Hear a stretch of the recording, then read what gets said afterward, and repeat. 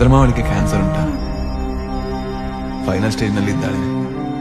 Chemotherapy ಮಾಡಿಸ್ಬೋದು, ಆದ್ರೆ ಇವಳನ್ನ 2 ವರ್ಷ ನರಳಾಡಿಸಿ ಬದುಕಿಸೋದಕ್ಕಿಂತ ಇರುವಷ್ಟು ದಿವಸ ಖುಷಿಯಲ್ಲಿ ನೋಡಿಕೊಳ್ಳೋದೇ ಒಳ್ಳೇದು ಅಂತ ಅನ್ಸೋದಿಲ್ಲ ನಿಮಗೆ?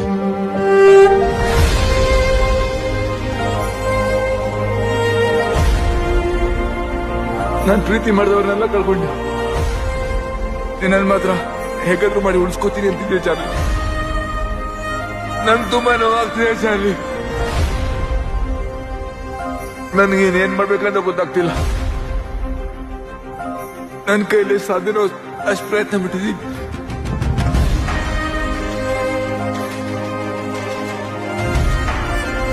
ಚಾರ್ಲಿ,